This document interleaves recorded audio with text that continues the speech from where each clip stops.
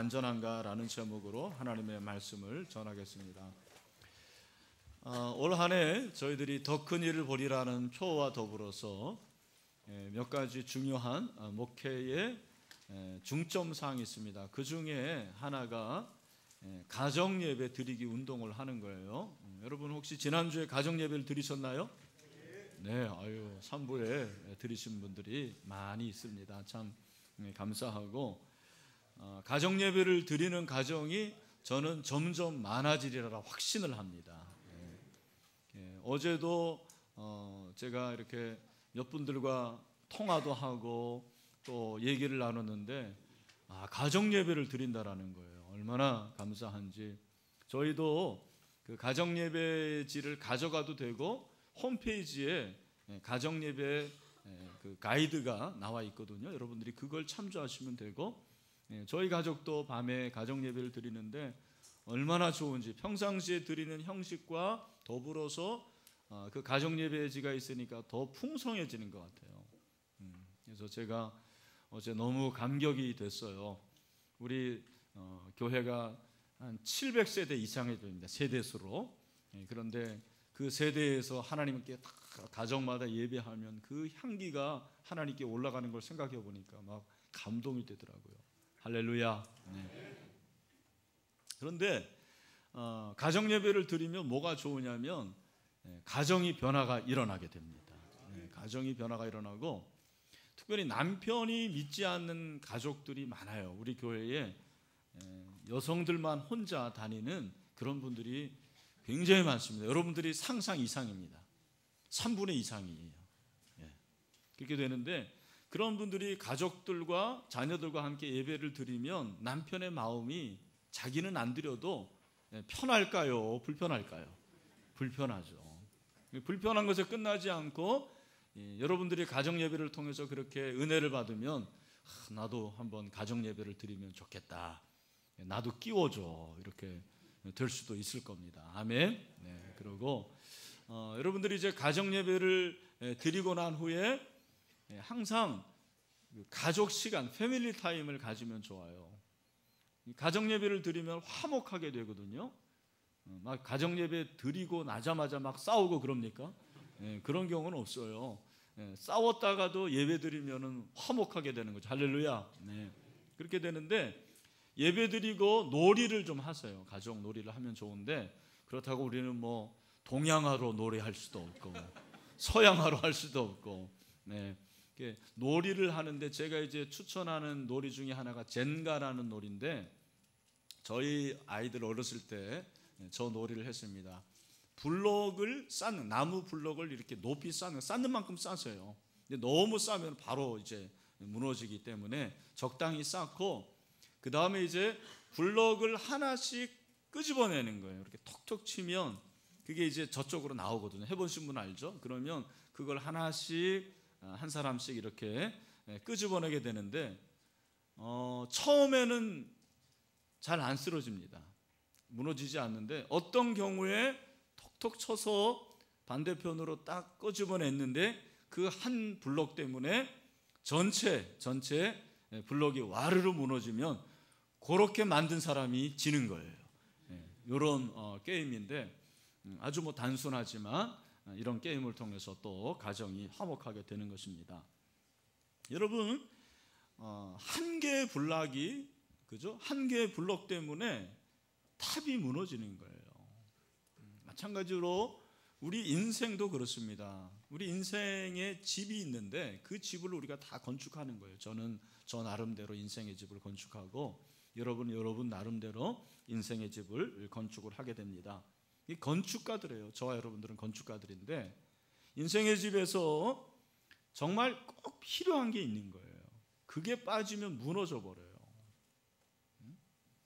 그런 몇 가지가 있어요. 뭐 예배라든지 또 기도라든지. 근데 이런 모든 것들과 더불어서 오늘 예수님께서 우리 인생에 꼭 필요한 한 가지를 말씀하고 있습니다. 저와 여러분이 인생의 집을 짓고 있는데 그 집이 안전한지 안전하지 않은지를 어떻게 알 수 있냐면 바로 그 한 가지를 보면 안다라는 거예요. 그 한 가지가 있으면 우리가 지는 인생의 집은 아주 안전해요. 튼튼합니다. 그러나 그 한 가지가 없으면 언젠가는 무너지고 말 것이다. 종말론적으로 예수님께서 그렇게 말씀을 하셨습니다. 우리가 지금까지 산상순을 살펴봤는데 오늘 본문은 산상순의 결론이죠. 24절에 그러므로라고 했는데 그러므로가 결론이에요. 그러므로라는 것은 결론적으로 말씀을 하시는 것입니다. 결론적으로 누구든지 나의 이 말을 듣고 행하는 자, 그렇게 말씀하고 있습니다. 그리고 26절에서는 나의 이 말을 듣고 행하지 아니하는 자, 행하는 자와 행하지 않는 자로 예수님께서 구분을 하고 있습니다. 그러니까 예수님은 산상순의 결론을 행하느냐 행하지 않느냐로 구분을 하는 거죠. 행함이 있느냐 행함이 없느냐. 내가 주옥 같은 하늘나라, 그 하늘나라의 마그나 카르타를 너희에게 다 설명해 줬다. 근데 너희들이 그걸 듣기만 하고 행하느냐, 듣고 행하느냐, 듣기만 하고 행하지 않느냐, 그것이 인생의 집을, 운명을 결정한다, 그렇게 말씀을 하고 있습니다. 예수님은 비유를 통해서 또 말씀을 하시는데, 말씀을 듣고 행하는 자는 집을 반석 위에 세운 지혜로운 건축자라, 그렇게 말씀을 했어요. 반면에 하나님의 말씀을 들었지만, 주님의 말씀을 들었지만 행하지 않는 사람은 모래 위에 집을 짓는 어리석은 사람과 같다, 그렇게 비유를 하고 있습니다. 아주 실감나는 그런 비유를 하고 있습니다. 그렇다면 예수님이 왜 집 짓는 것을 통해서 산상순을 마무리하셨을까? 그 이유가 무엇일까? 여러분, 예수님은 우리가 짓는 집에 관심이 있는 것이 아니고 집의 터, 기초에 관심이 있어요. 잘 들으시길 바랍니다. 오늘 예수님이 우리에게 말씀하시는 것은 어떤 집이냐가 중요한 게 아니라는 거예요.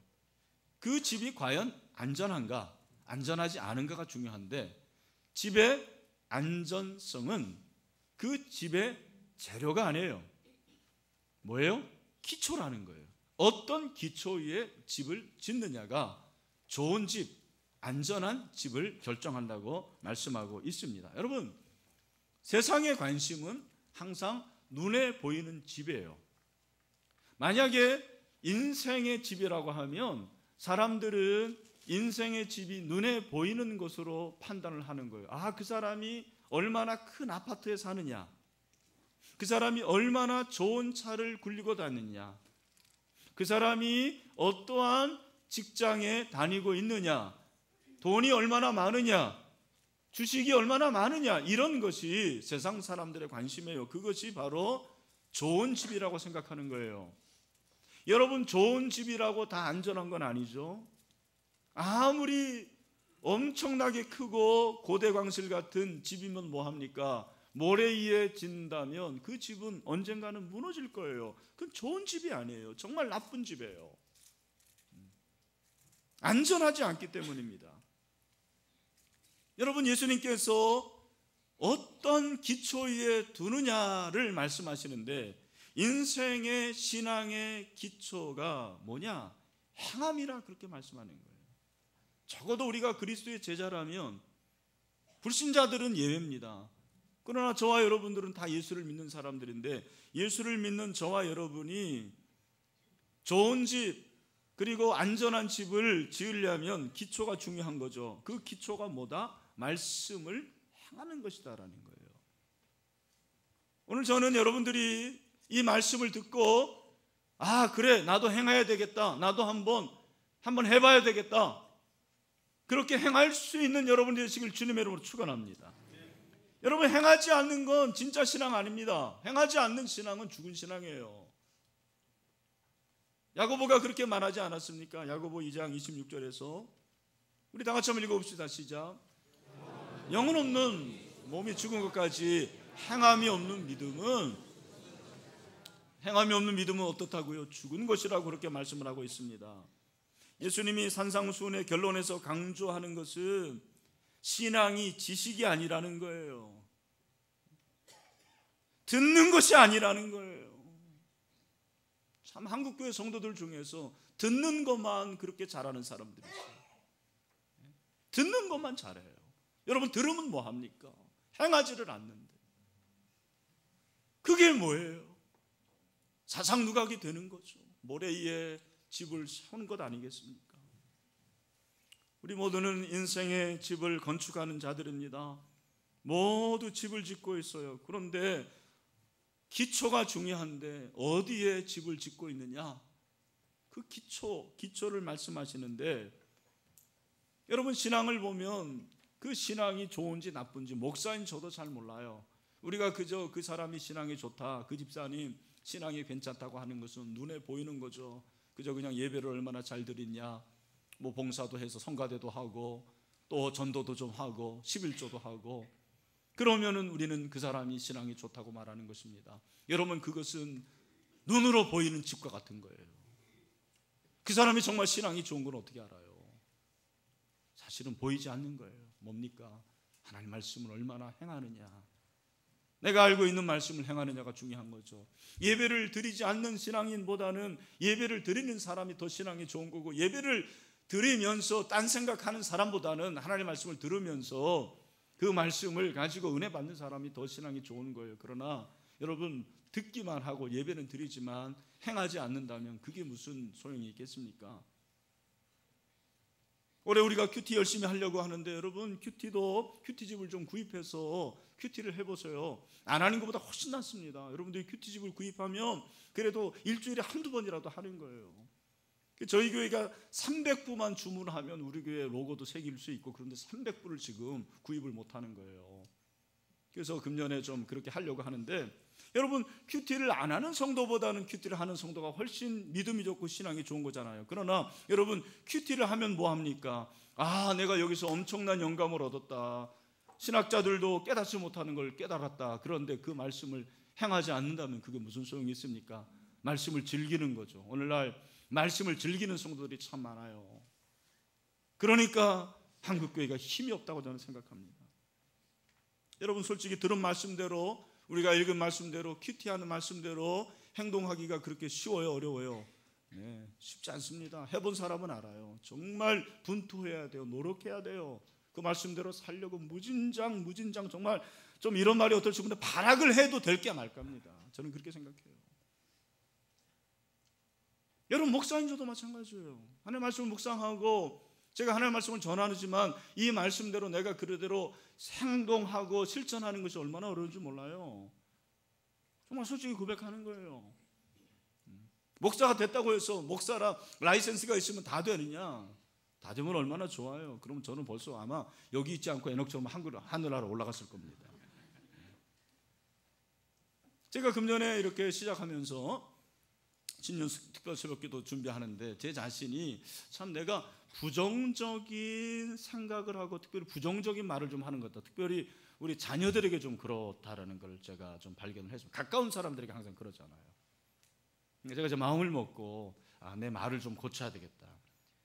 하나님께서 내 귀에 들린 대로 행하신다고 그랬는데 우리 자녀들을 내가 축복하고 더 그들을 격려해야 되겠다, 그런 생각을 했어요. 마음 먹고. 특별히 지난주에 베드로전서 4장 11절을 보니까 무슨 말을 하든지 하나님 말씀대로 하는 대로, 하나님의 말씀대로 해라. 그렇구나, 내가 무슨 말을 하려면 하나님의 말씀을 하는 것 같이 해야 되겠다, 그렇게 마음을 먹었어요. 여러분들이 이렇게 기뻐해 주니까 감사합니다. 얼굴을 보니까. 그런데 여러분, 그렇게 마음 먹으면 항상 잘 되죠. 천만에 오히려 안 돼요. 사단이 가만히 내두질 않아요. 참 신기해요. 제가 그걸 많이 느낍니다. 오히려 여러분들 설교도 은혜 받고 은혜 받은 날 여러분들 더 싸우더라고 보니까. 신기해요. 제가 그렇게 마음 먹었는데 이번 주에 카톡이 딱, 우리 가족 카톡방이 있는데 거기에 딱 하나 올라왔는데 재원이가, 우리 막내 아들이 올렸어요. 근데 그 카톡이 저의 마음을 심히 불편하게 만들었습니다.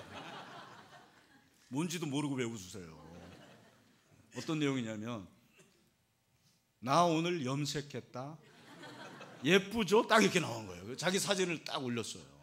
순간 와, 마음이 영 안 좋은 거예요.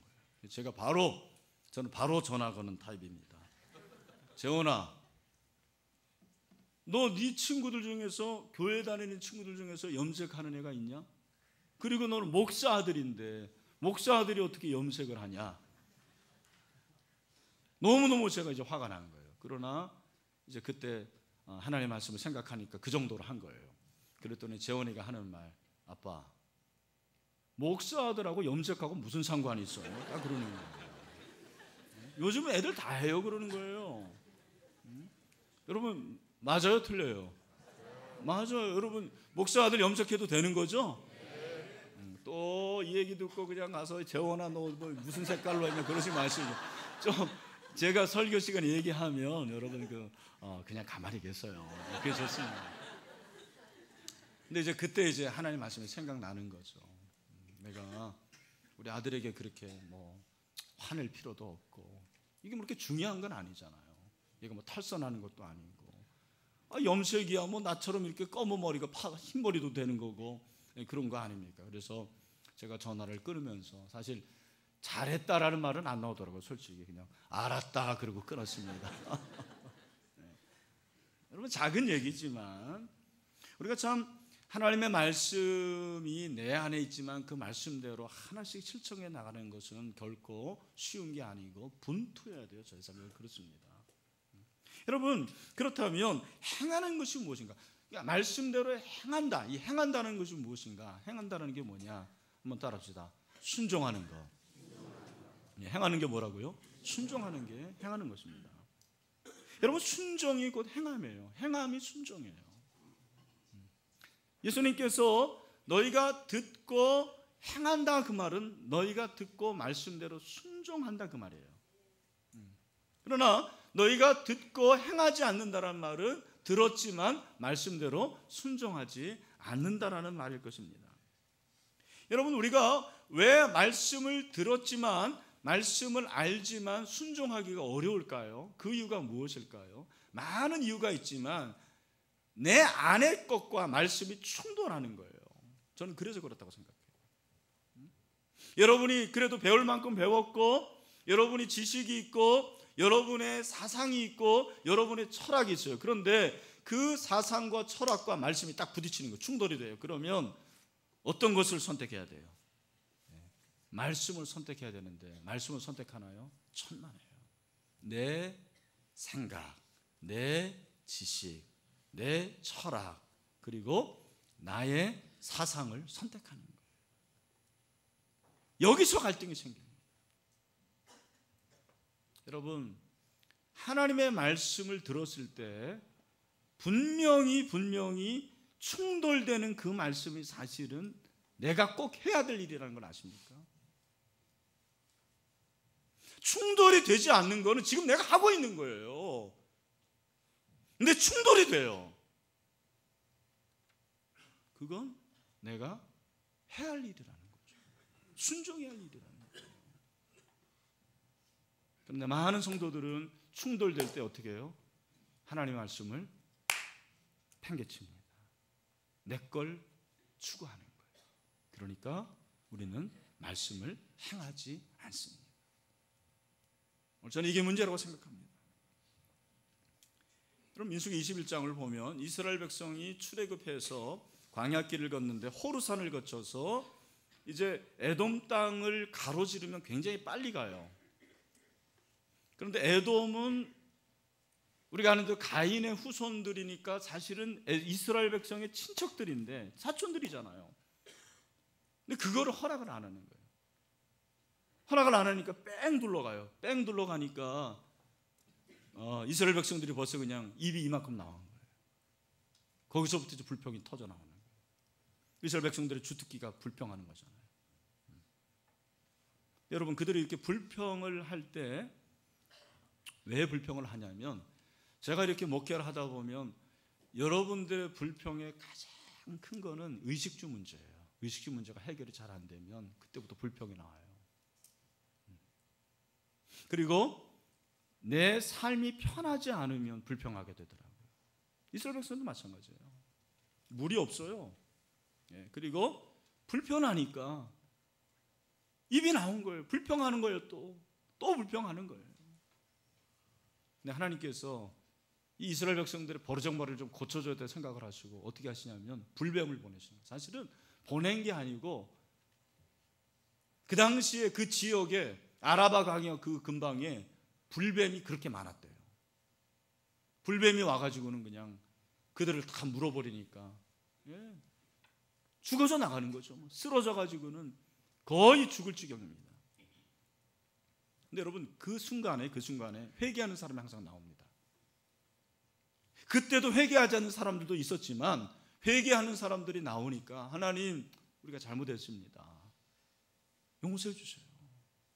하나님 불쌍히 여기셔가지고 모세를 통해 가지고 뭐를 주시냐면 장대에 노뱀을 노수로 된 뱀을 만들어 가지고 올리라는 거예요. 그리고 그 장대에 달린 노뱀을 쳐다보는 사람들은 다 살아날 것이라고 그렇게 말씀하십니다. 자, 이때 제가 그 당시에 있지는 않았지만 세 부류가 있다고 생각해요. 첫 번째 부류는 정말 회개한 사람들이에요. 내가 잘못했구나. 불평하면 안 되는데. 하나님의 은혜인데. 그러고 눈물 흘리면서 하나님께서 말씀하셨으니까 내가 쳐다봐야지 하고 딱 쳐다본 사람들은 어떻게 했습니까? 살아났어요. 두 번째, 사실은 마음에 회개라는 게 잘 안 나와요. 아니 불평한 게 뭐 이렇게 대단한 거야. 불편하니까 내가 불평하는 건데. 뭐 하나님이 이것 때문에 이래. 그런데 자기가 살아야 돼요. 살려면 어떻게 돼요? 쳐다봐야 돼요. 그러니까 내가 100% 회개하지 않아요. 내 생각하고 맞지 않아요. 그래도 한번 쳐다보는 거예요. 믿자 본전이다. 쳐다봤어요. 어떻게 됐습니까? 그 사람은 살아났어요. 근데 세 번째, 노뱀을 쳐다보라고? 진짜 웃기고 있네. 이게 말이나 되냐? 차라! 그러고서는 안 봐요. 어떻게 됩니까? 그 사람은 죽었어요. 여러분 같으면 첫 번째, 두 번째, 세 번째 어디에 해당할까요? 한번 생각해 보세요. 하나님이 원하시는 게 뭐였냐면 순종이었어요. 순종. 여러분, 하나님이 원하시는 것은 순종이었어요. 쳐다보느냐 쳐다보지 않느냐, 행동 이전에 그들의 마음이었어요. 하나님이 원하시는 것이 바로 그 말씀에 대한 순종이었어요. 100% 다 내가 인정하고 그리고 동의하고 내가 그렇습니다라고 볼 수도 있지만 내 생각하고 달라요. 나는 인정을 못하겠어요. 그래도 한번 해보는 거예요. 그게 분투예요. 나는 그게 신앙이라고 생각해요. 여러분, 왜 하나님이 이렇게 순종을 원하실까? 잘 들으십시오. 순종할 때 하나님과 나와의 의가 이루어지는 거예요. 여러분, 지금 마태복음 산상수훈의 가장 중심이 뭐냐면 하나님 나라고요. 하나님 나라와 의인데, 하나님 나라의 법칙이 의예요. 하나님 나라의 하나의 윤리적인 기준이 의인데, 우리가 하나님의 말씀에 불순종하면 불의가 생겨요. 불순종이 불이고요. 그 불의는 내 인생을 심히 불편하게 만듭니다. 적어도 여러분이 예수님의 사람이라면, 적어도 여러분 안에 예수님이 있다면, 내가 주님의 말씀을 알고 있는데 내가 그 말씀대로 실천하지 않고 행동하지 않는다, 그러면 나는 심히 불안해요. 왜? 하나님과 의가 깨지거든요. 깨지면 내 인생이 불편하죠. 하나도 편할 게 없어요. 그러니까 신앙생활에도 기쁨이 없어요. 여러분, 그런 사람들을 보면 얼굴에 기쁨이 없습니다. 교회를 다녀도 예배를 드려도 기쁨이 없어요. 여러분, 반면에 내가 참 지금 어려워요. 사업도 참 어렵고 직장에서 쫓겨나갈 위험도 있고 자식이 힘들어합니다. 그러나 하나님의 말씀이 진짜 진리라고 생각하고 그 말씀대로 살려고 하면 하나님과 나와의 관계가 의로운 관계가 되는 거예요. 의로운 관계가 되면 그 의로 인해서 하나님이 주시는 평안이 넘치게 되는 거예요. 그 평안이 내 인생을 지배해요. 그러니까 내 인생의 집이 아무리 힘들고 지금 무너지는 것 같고 어렵더라도 하늘에서 내리는 평강이 임하고 여러분의 집은 안전한 집이 되는 줄로 믿습니다. 나는 이게 중요하다고 생각해요. 여러분, 성경의 인물 중에서 가장 순종한 인물은 저는 예수 그리스도라고 생각합니다. 이건 제 얘기가 아니에요. 히브리서 기자가 말하고 있죠. 히브리서 5장 8절부터 9절에 보니까 히브리서 기자가 우리에게 말씀하신 것이 무엇입니까? 우리 같이 한번 읽읍시다. 시작. 그가 아들이시면서도 받으신 고난으로 뭐를 배웠다고요? 순종함을 배워서 온전하게 되셨은즉 자기에게 순종하는 모든 자에게 영원한 구원의 근원이 되시고, 여러분들이 순종을 배우시기를 축원합니다. 순종을 배우시면 여러분이 온전하게 될 것입니다. 여러분이 성숙하게 될 것입니다. 순종하세요. 순종. 사도 바울은 로마서 6장 16절에서 중요한 말씀을 하고 있죠. 뭐라고 그럽니까? 우리 크게 한번 읽읍시다. 너희 자신을 종으로 내주어 누구에게 순종하든지 그 순종함을 받는 자의 종이 되는 줄을 너희가 알지 못하느냐? 혹은 죄의 종으로 사망에 이르고 혹은 순종의 종으로 의에 이르니라. 여러분이 순종하는 그 순종의 대상의 종이 되는 거예요. 여러분들이. 여러분이 하나님께 순종하면 순종하는 그 순간 여러분은 하나님의 종들이 되는 것입니다. 그러나 불순종하면 하나님과 역적이 되는 거예요. 원수가 되는 것입니다. 비록 내가 하나님의 자녀지만 여러분, 자녀들 중에서도 아버지와 불화하고 아버지와 적대되는 그런 자식들이 얼마나 많이 있습니까? 오늘 우리 신앙도 그럴 수 있다라는 거예요. 여러분, 순종하는 거 어렵습니다. 그러나 순종할 때 하나님의 의가 이루어지고 하나님의 의로 말미암아 저와 여러분의 인생에 하나님의 나라가 임하게 되기를 주님의 이름으로 축원합니다. 여러분, 말씀대로 이렇게 순종하고 싶은데 왜 되지 않느냐? 어떻게 하면 될 수 있을까? 오늘 저는 그 얘기를 하고 마무리하겠습니다. 우리가 왜 순종이 어렵냐? 왜 말씀을 들은 대로 행하지 않느냐? 이유를 가르쳐 드릴까요? 은혜 아래 있지 않기 때문에 그렇습니다. 은혜 아래 있지 않은 거예요. 여러분, 순종을 한다는 것은 내가 은혜 아래 있다라는 거예요. 내가 아버지의 말에 잘 순종을 한다라는 거는요, 그 자녀가 그 아버지의 권위와 은혜 아래 있는 거거든요. 굉장히 중요한 부분이에요. 여러분이 하나님의 말씀에 순종한다라는 것은 하나님이 부어주시는 그 충만한 은혜 가운데 있다라는 거예요. 은혜 아래 내가 있는 거예요.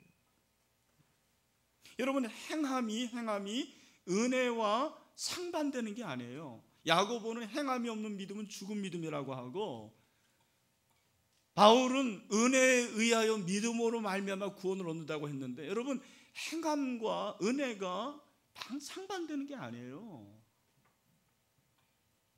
제가 지금까지 목회하고 신앙생활한 결과 은혜가 없으면 행하지 못해요. 정말입니다. 여러분이 뭐 들으면 할 것 같죠? 성경 공부하면 할 것 같죠? 제자 훈련 받으면 할 것 같죠? 천만에요. 신학 박사라도 하나님의 은혜가 없으면 내가 하나라도 행하지 못해요. 하나님의 은혜가 있어야 된다는 것입니다. 우리의 마음이 은혜에 있으면 순종하는 삶을 살게 되는 거예요. 은혜 아래 있으면 하나님을 사랑하게 되는 거예요. 은혜 아래 있으면 하나님이 해주시는 기쁨이 충만하게 되는 거예요. 그래서 큰 것도 해요. 엄청난 일도 행할 수가 있는 거죠. 그러나 은혜 아래 있지 않으면 여러분, 새끼 손톱만 인하는 일도 못해요. 은혜 아래 있지 않으면 그 말은 죄 아래 있다라는 거예요. 죄 아래 있으면 불순종하는 삶을 살게 됩니다. 하나님을 거역하게 됩니다. 말씀에 거역하는 삶은 그 사람의 마음을 부패하게 만듭니다. 하나님과 대적의 관계가 되는 거예요. 그러면 아까 말씀드려도 불의하게 되는 거고, 불의가 임하니까 그 마음에 기쁨이 없는 거예요. 평강이 없습니다. 저는 우리 신일교회 다니는 성도들은 은혜 아래에 있게 되기를 바랍니다. 은혜 아래에 있게 되기를 바랍니다.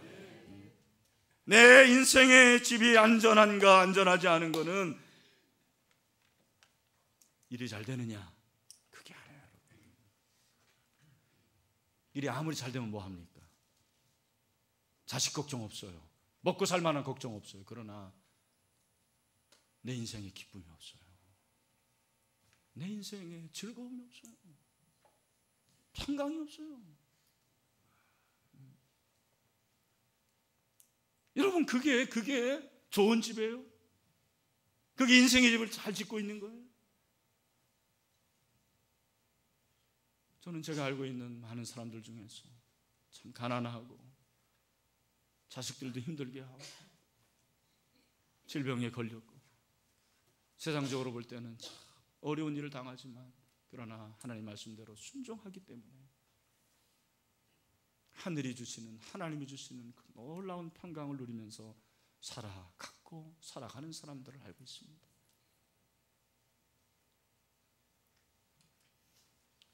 저는 오늘 성령께서 여러분의 마음을 만지시고, 내가 이것을 순종해야 되겠다, 행해야 되겠다라는 그러한 놀라운 감동을 주시게 되기를 주님의 이름으로 축원합니다. 그것이 무엇입니까? 한번 순종해 보세요. 그거 안 하면 여러분의 삶은 결코 편하지 않습니다. 그게 안 되면 참 어려워요. 늘 멍해를 가지고 살아가는 거예요. 정말 이번 주에 내가 행해야 될 것이 무엇인가, 꼭 성령께서 이것을 하라고 말씀하시는 것, 순종하라고 하는 것, 그것이 은혜 아래에 있을 때 풀려지는 역사가 되기를 주님의 이름으로 축원합니다. 말씀을 맺습니다. 서양 속담에 빛나는 것이 다 금은 아니다라는 말이 있어요. 우리 중학교 영어 시간에 외웠죠. 빛나는 것이 다 금은 아니에요. 그러나 세상 사람들은 빛나는 건 다 좋다고 생각하는 거예요. 빛나는 거 좋은 거야. 성공하는 거 좋은 거야. 복 받는 거 좋은 거야. 큰 집에 사는 거 좋은 거야. 큰 목회하는 거 좋은 거야. 자녀들 명문대학 가는 거 좋은 거야. 좋죠. 그러나 여러분, 그게 사상 누각이 되면 언젠가는 무너진다라는 거예요. 언젠가는 무너지게 될 것입니다. 오늘 여러분, 이 말씀은 종만원적인 말씀이에요. 경고입니다. 경고. 네가 말씀을 듣고 들은 대로 행하지 않으면 너의 집은 언젠가는 무너질지도 모른다. 조심해라, 조심해라고 말씀하시는 거예요. 기억하십시오. 그리스도인에게는 좋아 보이는 게 다 좋은 건 아니에요. 좋아 보이는 인생의 집이 다 훌륭한 집은 아닙니다. 그 집이 좋다라는 것은 안전해야 되는 거예요. 터가 안전해야 돼요. 그 터가 예수 그리스도시고, 그 터가 예수 그리스도께서 우리에게 주신 말씀입니다. 고난이 와도, 재난이 와도, 비바람이 몰아쳐도, 홍수가 와도 여러분, 그렇게 말씀 위에서 행하고 순종하면 결코 무너지지 않습니다. 그런 믿음이 있게 되기를 소원합니다. 당신은 지금 인생의 집을 어디에 짓고 있습니까? 내 인생의 집은 안전합니까? 오늘 성령께서 각자에게 주시는 음성을 들으실 수 있게 되기를 간절히 소원합니다. 기도합시다. 하나님 아버지,